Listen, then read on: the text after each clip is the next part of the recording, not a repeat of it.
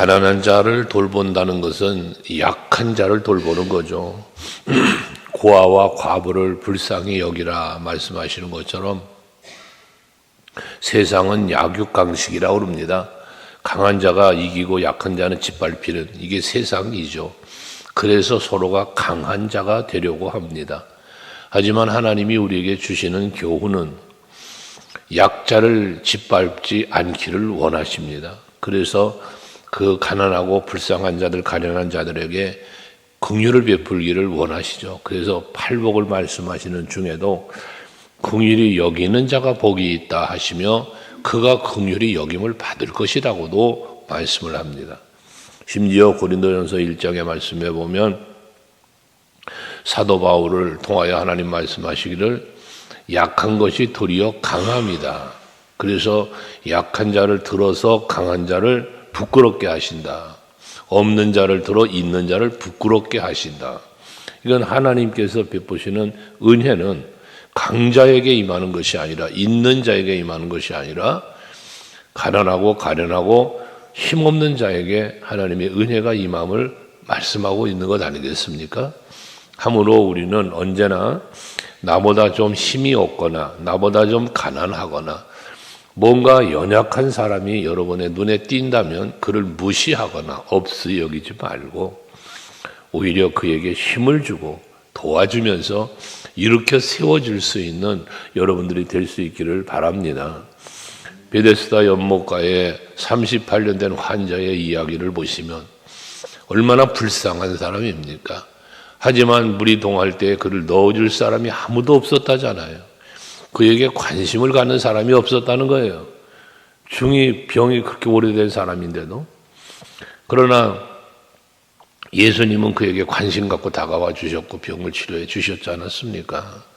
반대로 가버나움 교회에 예수가 계시다는 소문을 들은 사람들이 중풍병자를 들것에 들고 예수 앞에 내려놓는 그러한 또한 일도 있었습니다. 대조적이죠. 힘들고 어려운 그 사람을 긍휼히 여겨주는 사람이 있는가 하면 그러지 못한 경우도 있었더라는 것이지 않습니까? 오늘 살고 있는 여러분들은 언제나 약한 자들을 보살피고 섬길 줄 아는 여러분들이 될 수 있기를 바랍니다. 나보다 힘 있는 자를 섬기는 것은 이거는 글쎄요, 그거를 진정한 섬김이라고 말할 수 있을까요? 섬김은 섬김이겠지만 나보다 약한 자를 섬기는 것이 진정한 헌신이죠. 희생이고요. 돌아보아 섬길 자를 찾는 것도 복이에요. 예수께서 말씀하잖아. 섬기는 자가 큰 자라고. 그러면서 2절에 여호와께서 그를 지키사 살게 하시리니 그가 이 세상에서 복을 받을 것이다. 여기서 말하는 그는 누굽니까? 가난한 자를 보살피는 사람을 말하는 거예요. 약자를 도와주고 은혜를 베풀 줄 알고 섬길 줄 아는 사람을 말하는 거예요. 그 사람을 하나님이 지켜주신답니다. 그러니까 우리는 행한 대로 갚으리라고 말씀하시는 그 말씀을 잘 마음에 기억하셔야 돼요. 내가 손해보는 것 같지만 내가 손해본 것 이상으로 하나님은 채우시는 하나님이심을 우리는 잊지 말아야 합니다. 이걸 여러분이 경험을 하셔야 합니다. 그래서 섬김이라고 하는 것은 있어서 섬기는 게 아니더라고요. 제가 살아보면, 목회하면서 보면 있어서 섬기는 게 아니라 없어도 섬길 줄 아는 사람이 있고 있어도 섬길 줄 모르는 사람들이 있습니다. 여러분들, 그러나 그 삶을 들여다보면 없어도 섬길 줄 아는 사람의 삶은 행복합니다. 있어도 섬길 줄 모르는 사람은 보면 평안이 없습니다. 우리의 삶은 언제나 왜 하나님이 지키시고 하나님이 은혜 베푸시기 때문에 그런 것입니다. 3절과 4절의 말씀에 보면 하나님께서 은혜를 또 베푸시는데 병을 고쳐주신답니다. 섬기는 자의 삶을 살면, 우리가 약자 편에 서서 그를 도우며 살면 하나님께서 나에게 은혜를 베푸시는데 질병도 고쳐주신대요. 그래서 그의 병상에서 여호와께서 그를 병상에서 붙드시고 그가 누워있을 때마다 그의 병을 고쳐주시나이다 라고 말하잖아요. 그러니 모든 것을 고쳐주시는 하나님이신데 다윗은 지금 연약함 속에 빠져 있잖아요. 다윗이 그 힘들고 어려운 상황에, 엄청난 상황 속에 빠져 살았잖아요. 다윗이. 그런데 그런 가운데 그 긍휼하신 하나님의 은혜로 살고 있음에 대한 고백인 거죠. 근데 내가 그런 긍휼을 입은 까닭은 나도 약자를 돌보며 그랬다는 사실 앞에 그걸 돌아보는 것이죠. 물론 약하였던 바세바를 범하고 우리아를 죽이는 이런 악을 행했지만, 그러나 그것을 철저히 회개하면서 그의 삶은 하나님 중심으로, 은혜 중심으로 살았던 모습을 볼 수 있지 않습니까? 사울왕 죽일 수 있었을 때도 죽이지 않았고, 그 이후로도 자기 아들이 반역했음에도 그 아들 죽이지 않고 오히려 눈물을 흘렸던 그런 다윗의 긍휼한 마음들, 이게 하나님의 은혜로 말미암아 비롯되어졌다고 볼 때, 비록 그 다윗은 4절에 내가 말하기를 여호와여 내게 은혜를 베풀어 달라 말하면서 내가 주께 범죄하였사오니 나를 고치소서 하였나이다 해요. 그 결과적으로 뭐예요? 뒤에 나오겠습니다만은 다윗의 시편 속에는 보면 지금 병들어서 다윗이 무슨 병이 들어? 육체적인 병도 병이지만 영적인 병이 들어있는 거예요. 하나님과의 관계의 흔들림인 거예요. 이러한 질병에 대해서 여호와여 나를 붙잡아 달라는 거예요. 그게 나의 질병을 고치시는 하나님인데 육체적인 질병만을 말하는 게 아니라 영적인 이 병, 영적인 연약함을 치료해 달라고 간구하고 있다는 것이죠. 여러분, 우리는 육체적으로는 기침만 콜록해도 당장 감기가 걸렸나 병원 쫓아가고 어디 아플까가 보약 먹고 영양제 먹고 그러는데, 영적으로 내가 지금 병 들어가고 영적으로 내가 연약해짐에 대해서는 관심이 없는 분들이 얼마나 많은지 몰라요. 예배가 소중하지 않고 심지어 예배 있는 날조차도 기억 못하고 사는 사람들이 있다는 거죠. 이게 얼마나 심각한 영적인 질병입니까?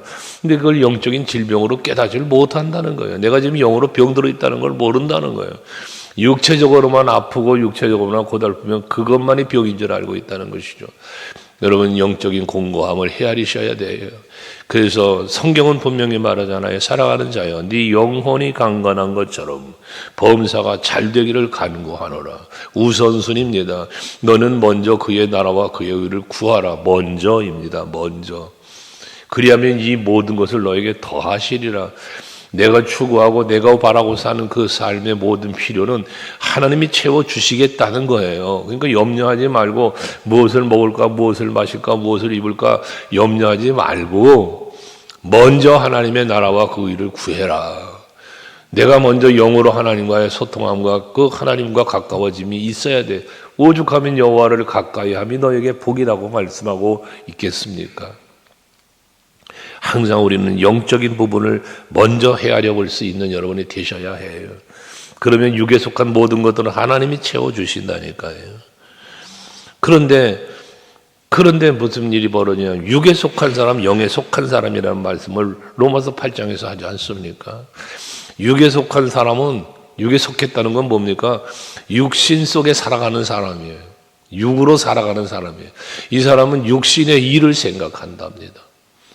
그러나 영에 속한 사람은 영의 일을 생각하나니 라고 말씀하지 않습니까?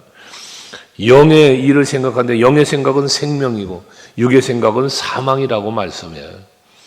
심지어 육신을 따르는 자는 하나님과 대적하는 자가 된다, 원수가 된다고까지 말씀하고 있지 않습니까? 그렇게 되어져 버린다는 거예요. 그러니 우리는 영적인 건강을 위해서 늘 기도하는 거고 말씀으로 무장하는 거고 하는 거예요. 예배하는 겁니다.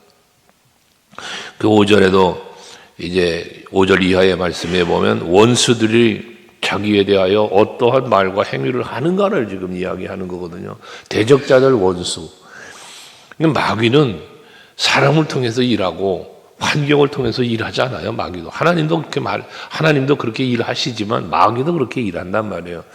그 원수들을 통하여 여러분 앞에 뭐라고 합니까? 악담을 한답니다. 근데 악담은 무슨 악담이에요? 죽기를 바라는 악담이에요. 저가 언제 죽을까? 저 이름이 언제 없어질까? 이런 악담을 했다는 거예요. 죽기를 바라는. 여러분, 누군가를 미워해 본 적이 있으신가요? 그 미움의 극치를 이루면 그 미워하는 대상자가 차라리 죽었으면 좋겠다, 차라리 없어졌으면 좋겠다, 이런 내 곁에서 사라졌으면 좋겠다 생각할 수 있는 일들인 거죠.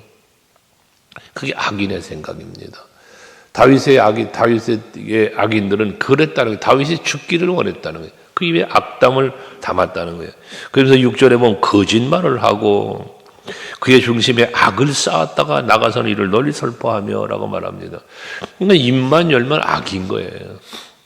언제나 어디서나 입만 열면 악인 거예요. 거짓말하고요.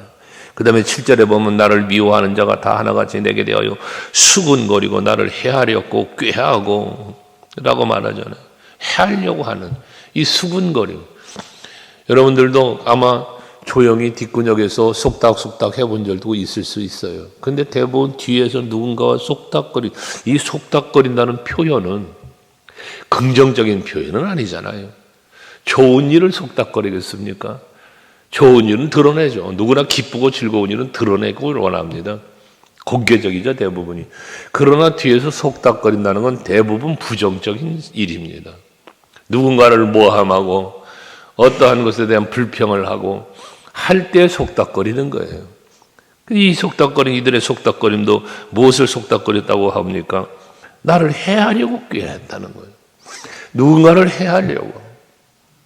이게 악인들의 모습이었습니다. 그러면서 18절에도 이르기를 악한 병이 그에게 들었으니 이제 그가 눕고 다시 일어나지 못하리라 하오며, 죽길 바란다고 앞에 얘기한 것처럼 이런 도모라는 이게 악인들의 모습이라는 거죠. 심지어 9절에 보면 내가 신뢰하여 내 떡을 나눠 먹던 나의 가까운 친구도 나를 대적하여 그의 발꿈치를 들었나이다 라고 말씀하고 있습니다. 발꿈치를 들었다는 것은 발을 돌렸다는 거예요. 다윗에게서 떠나갔다는 이야기를 하는 겁니다. 그러니까 누가 함께 떡을 나눠 먹던, 다윗이 신뢰했던 그런 친구라는 거예요. 그들이 발을 돌려 떠나갔다는 거예요. 욥의 친구들이라고 성경에 기록되어 있는 세 사람의 친구들이 고난 속에 찾아와서 위로하는 양 찾아왔지만 정죄하고 욥을 힘들게 했던 사람들의 이야기가 있지 않습니까? 여러분은 어떻습니까? 여러분이 정말 신뢰했고 여러분이 가까이 했던 누군가에게 배반이라고 할까요? 배신이라고 할까요? 당해본 일이 계신가요? 아마 살아오면서 한 번이고 두 번이고 있었겠죠. 그 배신감이라고 말하는 감각, 느낌은 더욱 크죠. 잘 가깝지 않았던 사람의 배신은 덜 아파요. 그러나 정말 여기 달린 게 신뢰했대잖아요. 신뢰했고 가까이 했대잖아요. 근데 그러한 사람이 배반을 하고 배신을 한다, 등을 돌린다, 얼마나 가슴이 아프겠습니까? 여러분들, 가까이 할수록 마음이 열려 있어야 합니다. 가까이 할수록 낮아지고 섬기는 자세로 가야 합니다. 그러면 배신하지 않습니다. 등 돌리지 않습니다. 가까워질수록 가깝다는 그 관계 때문에 오히려 관계가 깨어지는 경우가 종종 볼 수 있는 일입니다. 지나친 관계라는 것은 예수가 사라지는 거예요. 예수가 없는 인간적 관계로만 가까워지는 거예요. 이러한 가까움은 위험한 가까움입니다. 언제나 우리가 가까워질 때 예수 안에서 가까워지셔야 돼요. 나와 너와의 사이에는 언제나 예수가 있어야 돼요. 부부지간도 형제지간도 친구도 누구도 예수가 중심이 된 관계여야지, 예수와 상관이 없는 가까운 사이, 이거는 정말 위험한 게 세상적으로 빠져가는 관계가 되기가 쉬워요. 예수가 없는 친분 관계, 친구, 누구 지인, 누구든 마찬가지입니다. 모든 만남에 가까우면 예수가 있는 관계는 유익하고 하나님의 기쁨이 되어져요. 그 관계는 끊어질 수가 없어요. 왜? 예수 안에 있기 때문에. 예수가 붙잡아주고 있기 때문에. 하지만 예수가 쏙 빠져있는 관계는 언제든지 깨어질 수 있고요.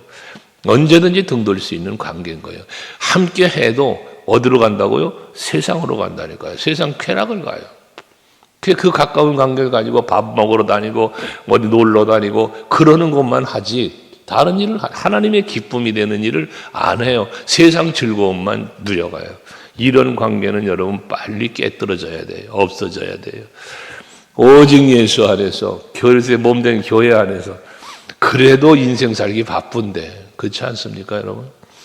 하나님 중심, 말씀 중심, 교회를 중심으로 살아가는 삶도 바쁜데 다른 세상적인 관계, 끊을 수 있다면 빨리 정리하는 게 여러분의 영이 사는 길이라는 것도 기억하셔야 합니다.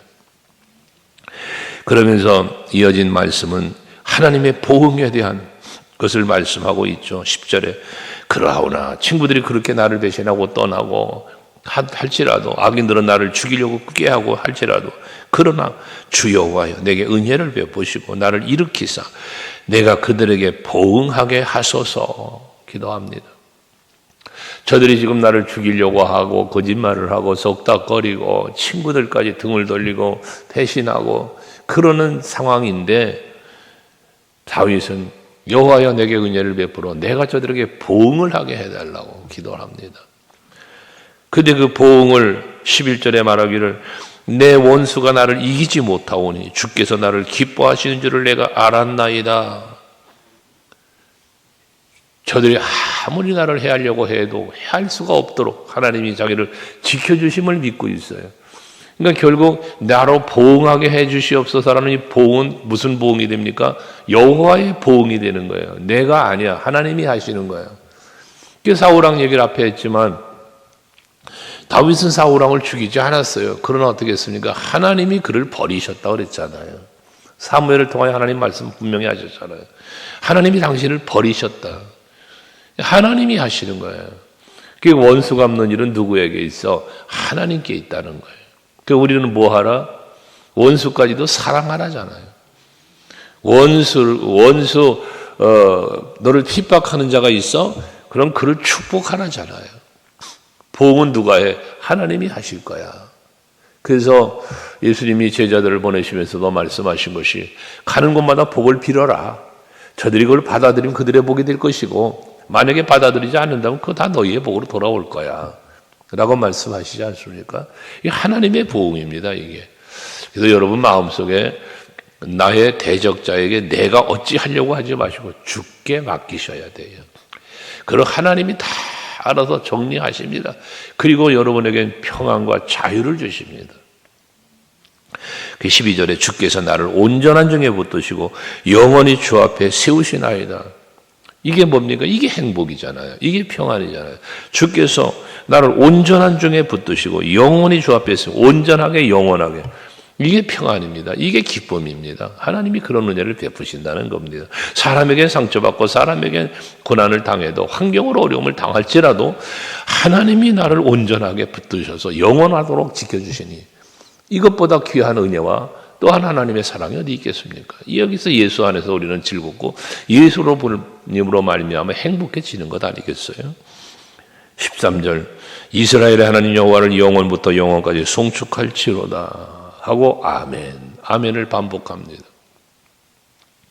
영원토록 나를 붙드시고 영원토록 나를 지켜주시는 하나님이시니 영원하신 그 하나님만 바라보며 살 것에 대한 확신을 확고한 자기의 믿음의 표현을 이렇게 아멘을 반복하며 아멘 한 것입니다. 이 아침 여러분들의 마음속에도 오직 여호와를 향한 이 강직한 믿음과 의지함이 있어서 아멘 반복하는 그 아멘처럼 확실한 믿음으로 오늘 한 날도 승리하시고 예수 안에서 누릴 수 있는 참된 평안과 자유, 기쁨을 마음껏 누리시는 복된 날 되시길 축복합니다. 기도하겠습니다.